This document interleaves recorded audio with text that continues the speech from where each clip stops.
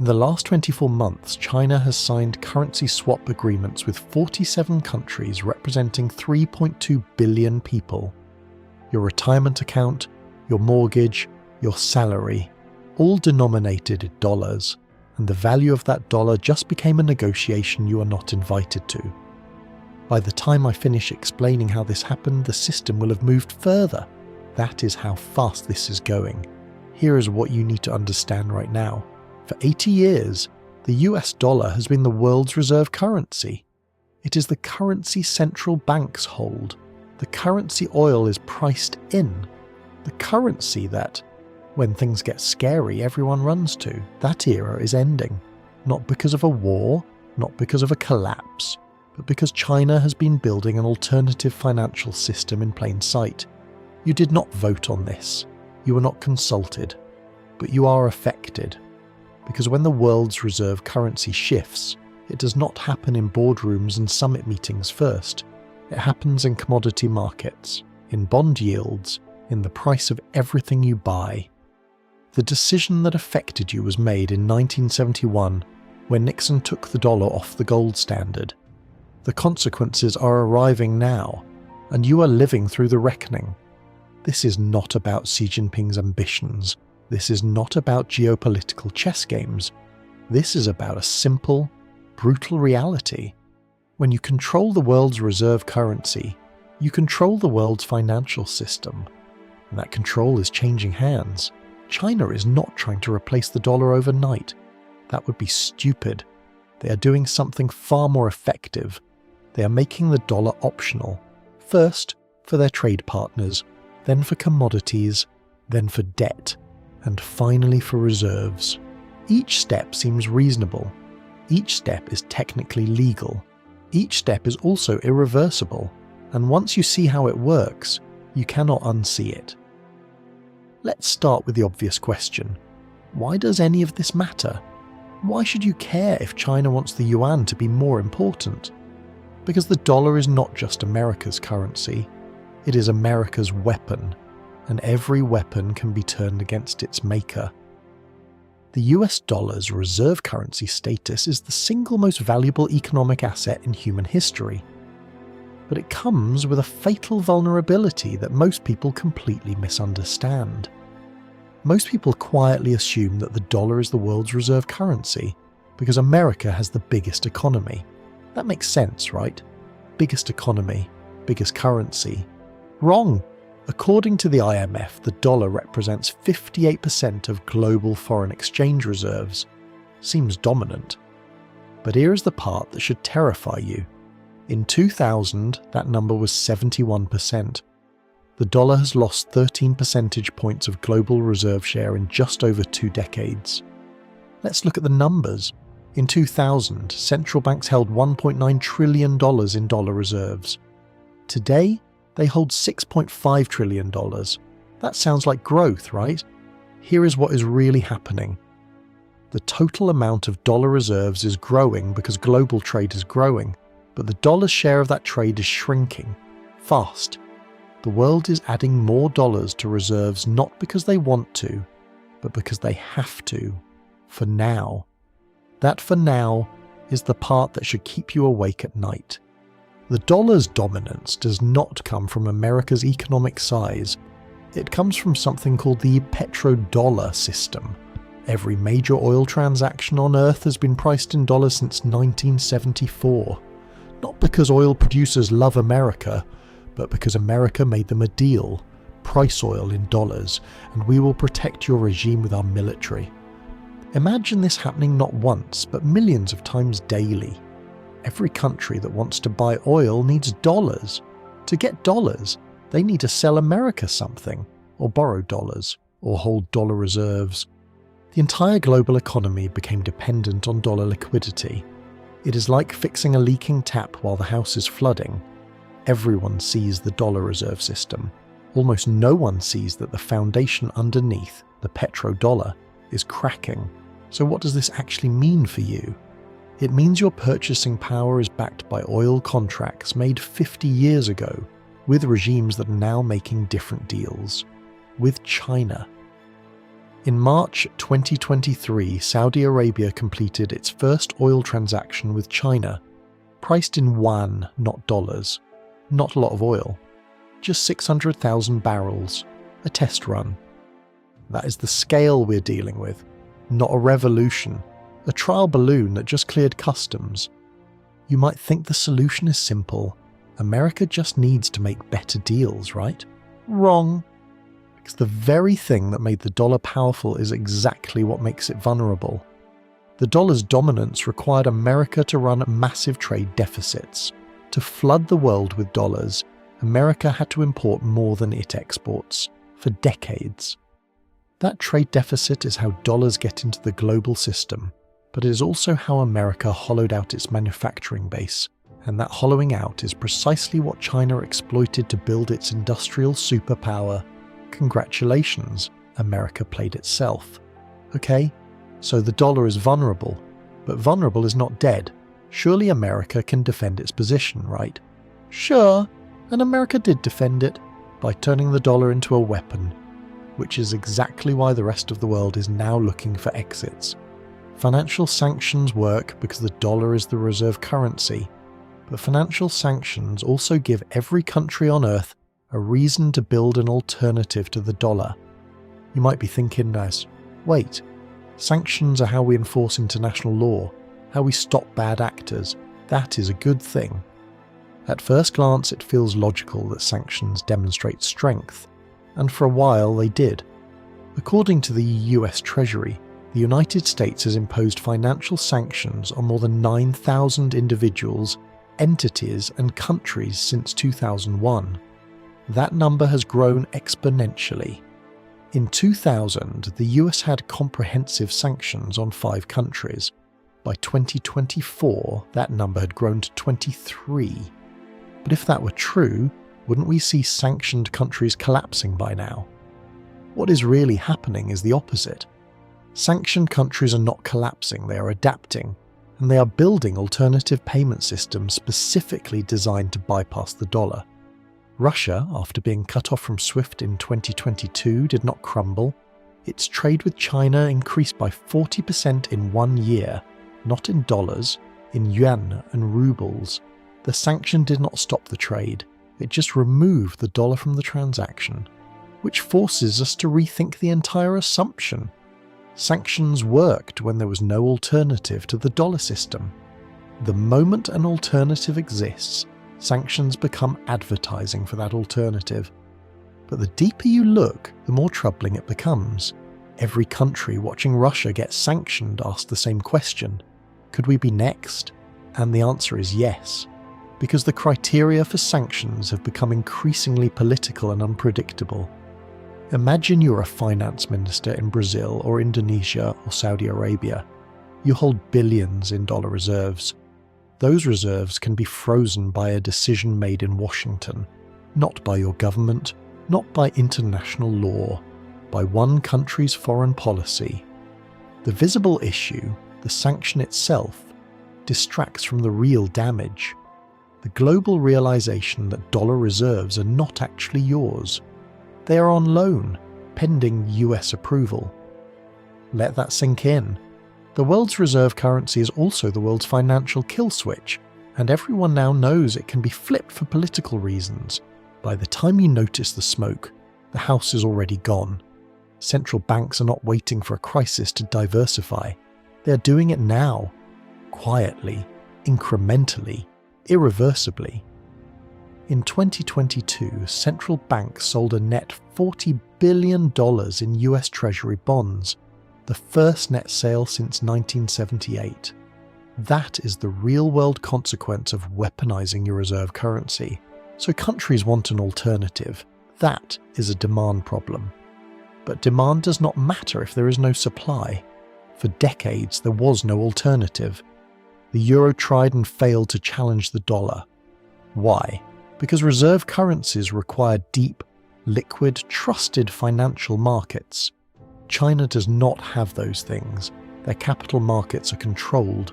Their currency is not fully convertible. Their legal system is opaque. You might think that disqualifies them. In reality, China learned from the euro's mistakes. They are not trying to build a better dollar. They are building something completely different. Let's say the world wants to trade without dollars. Great. But how? You cannot just decide to use yuan for oil if there is no system to process yuan payments globally. China knows this. That is why they spent 15 years building that system. Reserve currency status is not won by having a strong economy. It is won by having the infrastructure that makes using your currency easier than using the alternative. Most people are comfortable assuming that the dollar dominates because SWIFT, the global payment messaging system, is a neutral infrastructure. It is not. We've always been told that SWIFT is just a utility, a neutral pipe for moving money. Like the internet, but for banks. Let's look at the numbers. SWIFT processes 42 million messages per day across 11,000 financial institutions in 200 countries. It is the backbone of global finance. But when you audit the underlying data, SWIFT is not neutral. It is Belgian, but it operates under US and EU jurisdiction, which means it can be weaponized, and it was. In 2012, Iranian banks were cut off. In 2022, Russian banks were cut off. What is really happening is that SWIFT is a choke point, not a utility. And China watched how it was weaponized and said, "We need our own." In 2015, China launched CIPS, the cross-border interbank payment system. Think of it as SWIFT, but Chinese. As of 2024, CIPS has 1,394 participating financial institutions across 109 countries. The claim that SWIFT is neutral infrastructure falls apart when you realize every sanctioned country is now migrating to CIPS, because CIPS cannot be controlled by Washington. That is already bad, but now zoom out, CIPS is just one piece. China also launched the digital Yuan, a central bank digital currency that allows instantaneous settlement without intermediaries. They built the Asian Infrastructure Investment Bank, AIIB, as an alternative to the IMF and World Bank. They created the Belt and Road Initiative, lending $1 trillion to 150 countries, with loans denominated in yuan. Everyone focuses on SWIFT versus CIPS. Almost no one notices that China built an entire parallel financial system, payment rails, development banks, trade infrastructure, digital currency. The visible payment system distracts from the real damage, a complete functional alternative to dollar-based global finance. Because this is not a one-off, it is systemic. China did not challenge the dollar head-on. They made it optional, first for themselves, then for their trade partners, soon for everyone. And that is why the problem never goes away. You cannot sanction China the way you sanctioned Russia, because half the world's supply chains run through China. Cutting them off from SWIFT would collapse global trade. China built an infrastructure that is too interconnected to be weaponized against them. That was the plan all along. Infrastructure is necessary, but it is not sufficient. You also need demand. Specifically, you need people who have to use your currency, not because they want to, but because they have no choice. The dollar became dominant because oil had to be bought in dollars. China understands this. That is why they are not attacking the dollar's position. They are attacking the oil's pricing mechanism and winning. So China has alternative infrastructure. Great. But nobody is going to use yuan for oil just because the pipes exist. Right? Wrong. Because Saudi Arabia just did. And that changes everything. The petrodollar is not a law, it is a habit. And habits break when the incentives change. Even experts tend to repeat the idea that Saudi Arabia would never price oil in anything but dollars because their entire economy is built on the petrodollar arrangement. It's comforting to believe that 50 years of precedent means something. Those agreements with the US military behind them are ironclad. Unfortunately, the evidence points elsewhere. In March 2023, China and Saudi Arabia completed a yuan-denominated oil transaction. Saudi Aramco received payment in yuan for crude oil shipments to China. This was not a one-time PR stunt. As Riyadh pivots toward the east, the era of the exclusive petrodollar is facing its most significant challenge yet. By the end of 2024, Saudi Arabia was funneling a massive 1.8 million barrels of oil per day into China, a trade flow worth $144 million every single day. By joining the BRICS bloc and activating a $7 billion local currency swap with Beijing, the kingdom has officially built the off-ramp needed to bypass the US dollar. While the transition is calculated, the message is clear. Saudi Arabia is no longer anchoring its future solely to Washington, but is instead positioning the Yuan as a primary pillar of its global energy dominance. And the truth is far less convenient. Saudi Arabia did not betray the US. They made a rational calculation. China is their largest customer, buying 25% of Saudi oil exports. China offered to settle in Yuan. Saudi Arabia said yes. These two stories, the eternal petrodollar and the reality of yuan-priced oil, don't match, and that is the problem. But wait, it gets worse. Oil is not the only commodity detaching from the dollar. In 2022, Russia began selling natural gas to China in Yuan. They launched a Yuan-denominated crude futures market. Brazil and China agreed to settle bilateral trade in their own currencies, bypassing the dollar entirely. Imagine this happening not once, but millions of times across dozens of commodities. Every Yuan price transaction reduces global demand for dollars. It's like watching a dam develop cracks. Each crack is small. Together they mean the dam is failing. The visible issue, one oil deal, distracts from the real damage. The entire commodity complex is slowly detaching from dollar pricing. The reason the dollar became the global reserve was that oil had to be bought in dollars. If oil can be bought in yuan, the dollar loses its most important source of structural demand. We are not dealing with a puddle, we are facing an ocean. Saudi Arabia alone exports 10 million barrels per day. If even 30% moves to yuan pricing, that is 3 million barrels, or $240 million per day in dollar demand that just evaporated. And that is why the problem never goes away. Because China is not just buying oil in yuan, they are becoming the world's largest commodity importer. Buyer gets to choose the currency, and China is choosing the yuan. Okay, so China is buying commodities in yuan. That creates demand for the yuan. But there is a problem. What do you do with yuan after you get paid?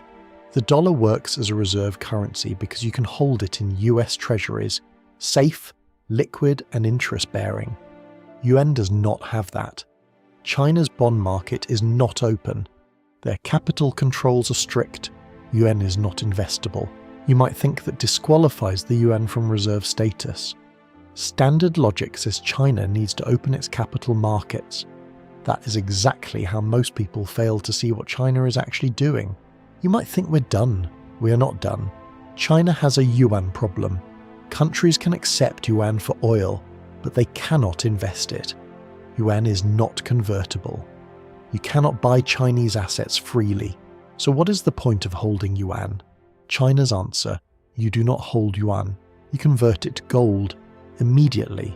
Reserve currencies require trust. China does not have trust, so they are using gold as a bridge. Most people quietly assume that gold is irrelevant to modern finance, a barbarous relic, something your paranoid uncle hoards. We've always been told that currency systems evolved beyond gold, that fiat currency is more flexible, more modern, more efficient. According to the World Gold Council, central banks purchased 1,136 tons of gold in 2022, the highest level since 1967. In 2023, they bought another 1,037 tons, 2 consecutive years of record buying. But if gold is irrelevant, wouldn't we see central banks selling it?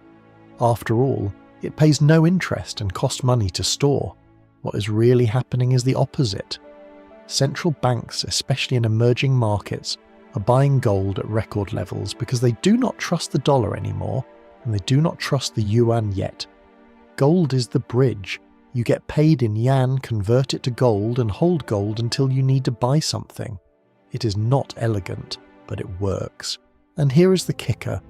China is the world's largest gold producer, largest gold importer, and largest gold consumer. They control the physical gold market. They can guarantee liquidity in gold for yuan holders, but the deeper you look, the more troubling it becomes.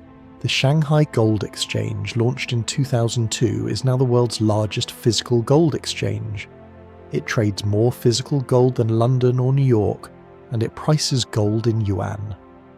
Imagine you're Saudi Arabia. You sell oil to China, get paid in yuan, immediately convert to gold on the Shanghai Exchange, and hold gold in Shanghai vaults. When you need to buy something, you convert gold back to yuan or dollars or whatever.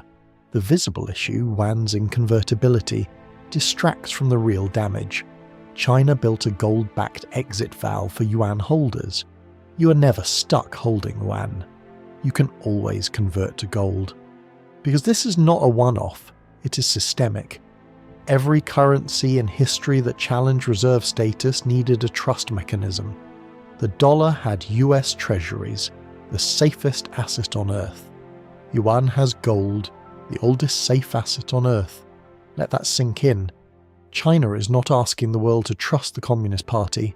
They're asking the world to trust gold, much easier to sell. By the time you notice the smoke, central banks are already swapping dollars for gold.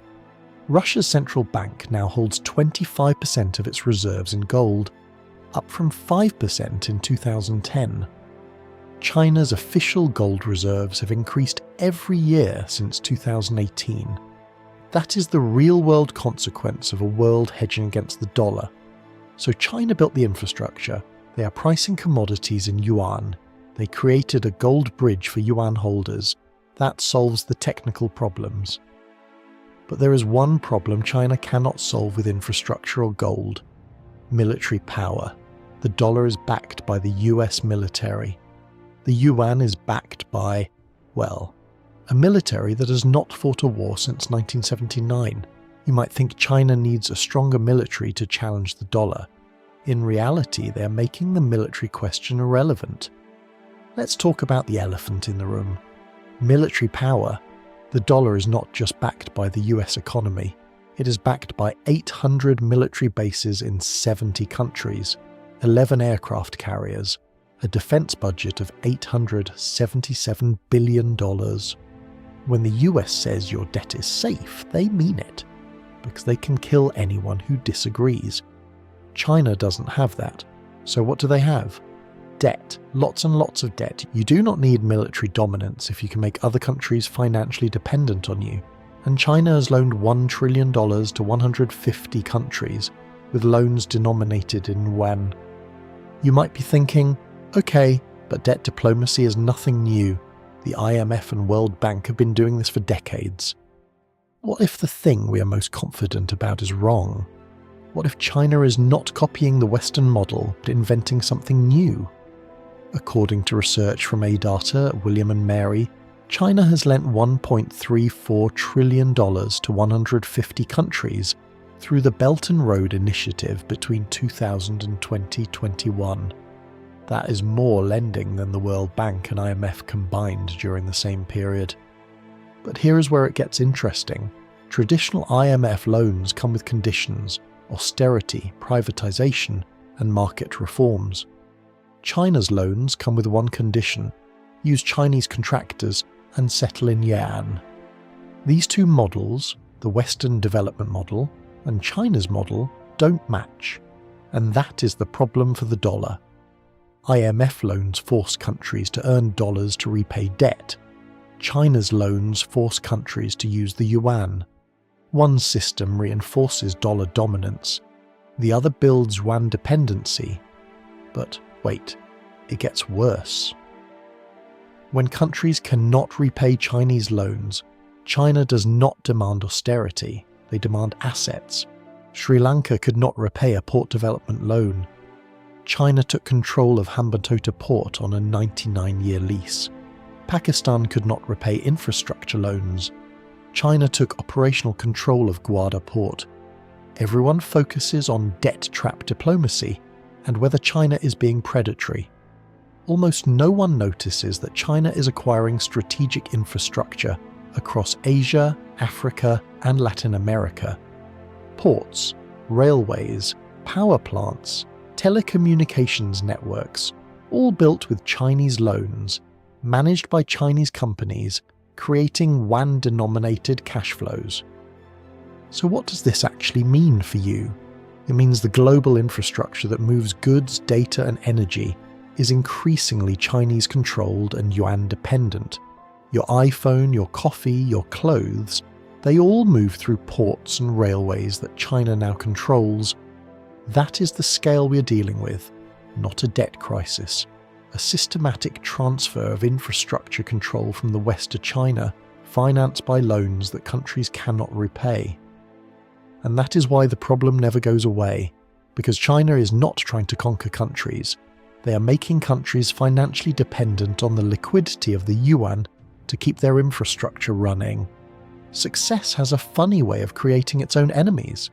Now that China has built all this influence, they have attracted a very powerful, very angry enemy, the United States.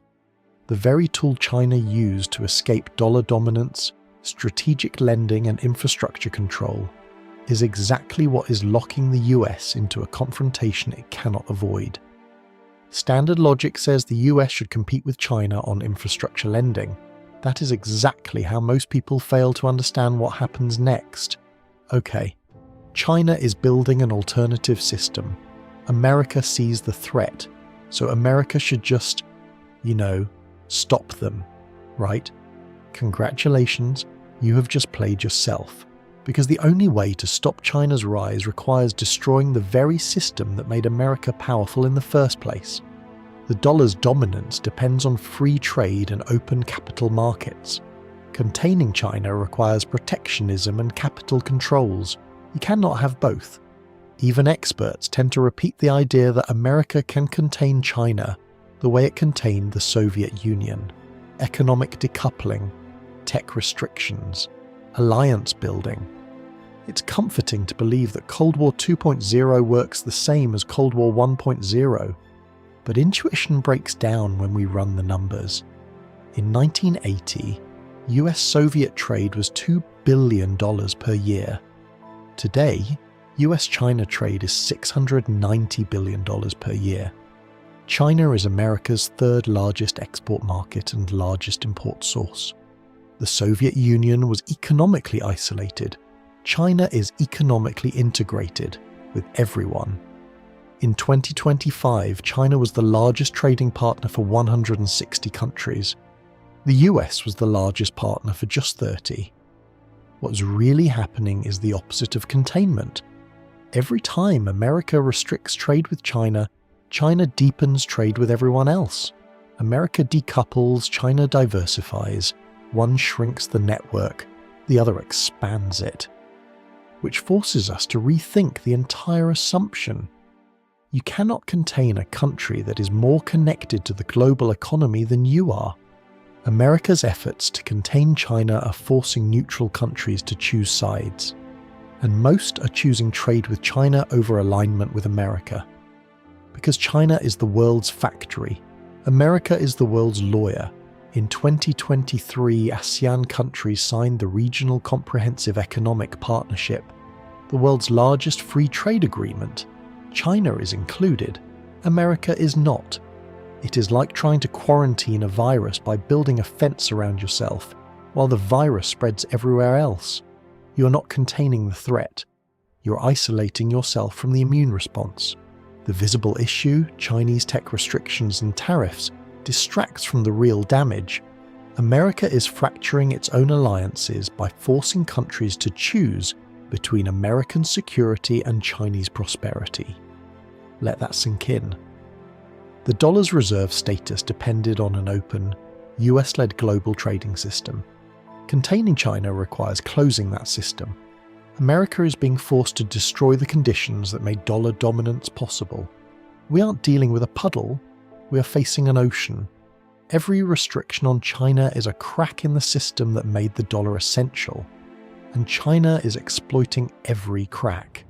That is the real-world consequence of trying to contain an economy that is larger, more connected, and more strategically patient than yours. Solving the China problem through containment didn't bring us to the finish line. It just revealed a much larger hidden barrier. America's entire economic model is built on running trade deficits financed by selling treasuries. You might think the next step is to rebalance the economy, reduce deficits, and rebuild manufacturing. In reality, that would crash the dollar's reserve status faster than anything China could do. Let's say you achieve the impossible. You are the president, you see the China threat, you decide to act. What do? Option 1. Reduce the trade deficit, bring manufacturing back, stop flooding the world with dollars. Congratulations, you just crashed the global financial system because the world needs dollars to function, and the only way to get dollars is for America to run deficits. Option 2. Keep running deficits. Keep the dollar-based system stable. Let China slowly build its alternative. Congratulations. You just delayed the inevitable while making the eventual transition more painful. There is no option 3. The dollar's dominance created a trap. To maintain reserve status, America must run deficits, but running deficits hollows out the real economy. A hollowed-out economy cannot maintain dominance, and the cycle continues. Most people quietly assume that America can fix this with better policy, smarter trade deals, more competitive industries, restored manufacturing. We have always been told that American decline is a choice, not a destiny. That the right president with the right policies can restore dominance. The US trade deficit in 2025 was $1.26 trillion. That is $1.26 trillion in goods and services that America imported, but did not pay for with exports. It paid with dollars and treasuries. To close that deficit, America would need to either export $1.26 trillion more or import $1.26 trillion less. That is a 10% reduction in imports or a 27% increase in exports. Because the numbers tell a different story. America's manufacturing output as a share of GDP has declined from 27% in 1970 to 11% in 2023. Rebuilding that capacity would take decades and trillions in investment. America does not have decades. What is really happening is the opposite of what politicians promise. Every policy to rebuild American manufacturing requires either massive subsidies, increasing deficits, or protectionism, reducing trade flows and dollar demand. One maintains the dollar's reserve status, the other rebuilds the real economy. You cannot do both simultaneously. Staying still is actually more expensive than moving. Because while America debates, China builds. But the deeper you look, the more troubling it becomes. This is not just an economic problem, it is a wealth destruction event. When the dollar loses reserve status, it loses the exorbitant privilege of printing money that the world accepts as savings. Imagine the dollar loses just 20% of its reserve currency share over the next decade. That is $1.3 trillion in reduced foreign demand for treasuries. To replace that demand, the Federal Reserve would need to print more, or interest rates would need to rise significantly. Higher interest rates mean higher mortgage costs, more expensive car loans, and increased credit card debt. It means every dollar of debt you carry becomes more expensive to service. The visible issue, geopolitical tensions with China, distracts from the real damage. Your personal wealth, denominated in dollars, is going to lose purchasing power, not because of inflation, because of reduced global demand for the currency you are paid in, save in, and retire in. Let that sink in. The currency war is not happening in Beijing or Washington. It is happening in your bank account, your 401k, your mortgage. Every financial decision you've made assumes dollar stability. That assumption is breaking. By the time you notice the smoke, the house is already gone. This is not a future risk. The transition is already underway. Foreign central banks are already diversifying. Yuan is already pricing oil. CIPS is already processing payments. That is the real-world consequence. You are not watching a currency war. You are living through one, and your side is losing. The worst part, you cannot even protect yourself effectively. Because the tools you would normally use, dollars, treasuries, dollar-denominated assets, are exactly what is at risk. Solving your personal financial problem requires betting against your country's currency. That is the trap. Protecting your wealth means acknowledging the dollar's decline, but most people will not do that until it is too late. Standard logic says to diversify internationally, buy gold and hold some yuan. That is exactly how most people fail to see the deeper problem. So let's recap your journey. First, you lost certainty. The assumption that the dollar would always be dominant collapsed when you saw the data on declining reserve shares and yuan-denominated oil trades. Then you lost control. America's weaponization of the dollar and financial sanctions gave every country on Earth a reason to build alternatives. China built them. Then you lost time. The transition is not coming. It is already underway. CIPS is operational. When oil trades are expanding, central banks are diversifying. While you were watching Netflix, the financial architecture of the world changed. And finally, you lost options. America cannot stop this without destroying the system that made the dollar dominant. You cannot protect your wealth without betting against your country. There is no comfortable choice. There is only the reckoning. China's push for yuan reserve currency status is not about replacing the dollar overnight. It is about making the dollar optional. First for oil, then for commodities, then for trade settlement, and finally for reserves. It is a dam developing cracks, wrapped in strategic patience, deep fried in American complacency. Each step looks manageable. Each step is technically reversible. But together, they represent the most significant wealth transfer in modern history. Not through war, not through revolution, but through infrastructure, debt, and the quiet realization that the world doesn't need dollars the way it used to. Here is what you need to understand as you close this video. This is not a prediction. This is not a warning about something that might happen. This is a description of something that is happening right now as you watch this. The only question left is not whether the dollar loses reserve status. It is how fast and whether you are prepared for what comes after. The people who see this early will protect their wealth. The people who deny it until the evidence is overwhelming will watch their purchasing power evaporate. The difference between those two groups is not intelligence. It is the willingness to accept an uncomfortable truth. You now have that truth. What you do with it is up to you. If this video made you uncomfortable, good. That means you are paying attention. Smash the like button if you appreciate someone finally explaining this without the propaganda from either side. Subscribe if you want more videos that explain the global financial system the way it actually works, not the way we wish it worked. Because this channel doesn't do hopium. We do reality, and reality right now is messy. Drop a comment with the most surprising thing you learned. Was it the yuan oil trades, the CIPS system, the gold bridge, or the impossible choice America faces? I will be reading every comment because this conversation matters. The financial world is changing faster than most people realize. You can either see it coming or you can be surprised when it arrives.